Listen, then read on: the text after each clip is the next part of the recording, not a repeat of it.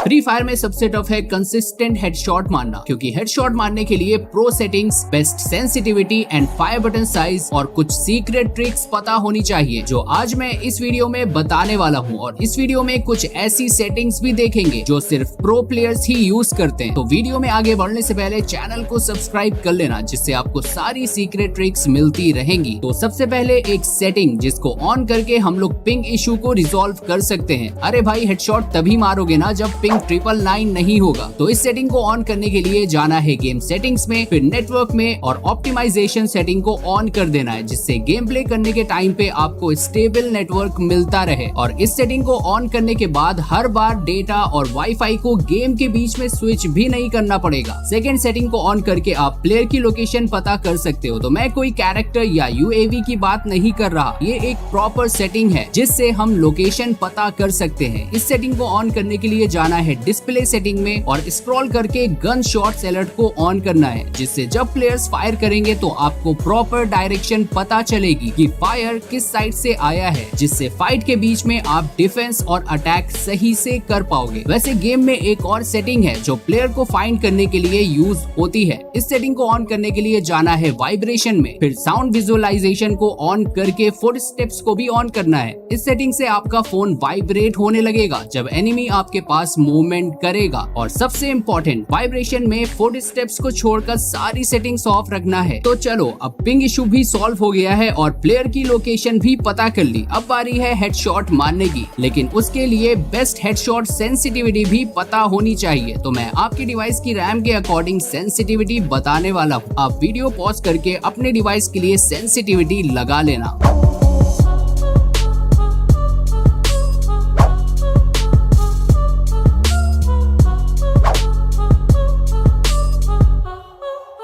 Next है best fire button size. बहुत सारे प्लेयर्स को लगता है कि फायर बटन साइज पे डिपेंड करता है हेडशॉट लगना, लेकिन ऐसा बिल्कुल भी नहीं है। हाँ, ये बात सही है कि फायर बटन साइज की एक रेंज है, उसके अंदर ही आपको फायर बटन का साइज रखना चाहिए, क्योंकि अगर फायर बटन को बड़ा रखेंगे तो फाइट के बीच में एक्सीडेंटली फायर बटन टच होगा और मूवमेंट करने के लिए आपकी स्क्रीन पे स्पेस भी कम बचेगा। इसीलिए फायर बटन साइज को 30 से 50% तक ही रख सकते हो। हाँ, लेकिन हेडशॉट मारने के लिए फायर बटन की पोजीशन इंपॉर्टेंट है। तो आपको कस्टम HUD में जाना है और फायर बटन को डिफॉल्ट लोकेशन से हटाकर इस तरह से प्लेस करना है, जिससे फायर बटन को ड्रैग करने के लिए स्पेस इंक्रीज हो जाएगा, जिससे हेडशॉट्स भी ज्यादा लगेंगे। नेक्स्ट है परफेक्ट हेडशॉट ट्रिक। चलो, हेडशॉट मारने की सिंपल और बेस्ट ट्रिक बताता हूँ। आपको कस्टम HUD में जाना है और ये 3 बटन्स को इस तरह से सेट कर लेना है। फिर ट्रेनिंग ग्राउंड में आकर 1 टैब वाली गन लेना है और एम को चेस्ट पे रखने के बाद ड्रैग करना है। सबसे पहले फायर बटन को 10 टाइम्स फर्स्ट बटन तक ड्रैग करना है। अगर हेडशॉट 7 बार लगते हैं तो आपको फायर बटन को ड्रैग फर्स्ट बटन तक ही करना है और थंब को इस बटन के ऊपर नहीं ले जाना है। अगर हेडशॉट नहीं लगते तो सेकेंड और थर्ड बटन तक ड्रैग करके चेक करना है। ये इसलिए इम्पोर्टेंट है कि ड्रैग करने का जेस्चर और फायर बटन को कहाँ तक ड्रैग करना है ये पता चल सके, क्योंकि सबके डिफरेंट डिवाइसेस होते हैं। किसी में सेंसिटिविटी कम और किसी में ज्यादा होती है। जो मिड स्पेसिफिकेशन के डिवाइसेस होते हैं उसमें सेंसिटिविटी कम होती है और फायर बटन को ड्रैग ज्यादा करना होता है। वहीं हाई एंड फोन्स में सेंसिटिविटी ज्यादा होती है, इसीलिए ड्रैग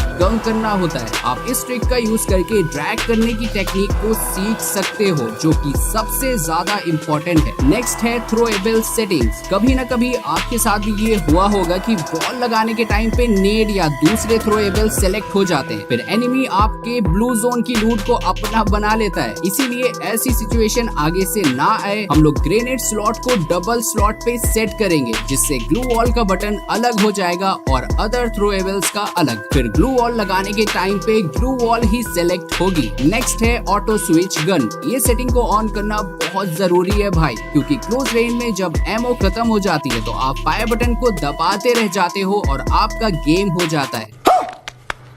आपका गेम ओवर हो जाता है। इसीलिए सेटिंग को ऑन करने के बाद एमओ खत्म होने पे दूसरी गन ऑटो स्विच हो जाएगी, जिससे आप एनिमी नॉक कर सकोगे। लास्ट सेटिंग होने वाली है BR स्कोर बोर्ड। आपके स्क्वाड में भी एक ऐसा प्लेयर होगा जो 1-2 फायर करने के बाद ये बोलता होगा, बस एक गोली का तो बचा है भाई बस एक गोली का। इस सेटिंग को ऑन करके आप अपने टीममेट्स की सारी इंफॉर्मेशन देख सकते हो, जैसे कि किसने कितना डैमेज दिया और हर प्लेयर का स्किल कॉम्बिनेशन भी। तो आज की वीडियो में बस इतना ही। आई होप आप सबको ये वीडियो अच्छी लगी होगी। अगर वीडियो अच्छी लगी है तो चैनल को सब्सक्राइब करके बेल नोटिफिकेशन को ऑन कर लेना, जिससे सारी वीडियोस आप तक पहुंच जाएंगी। So this is ROAK signing off right now. See you family next.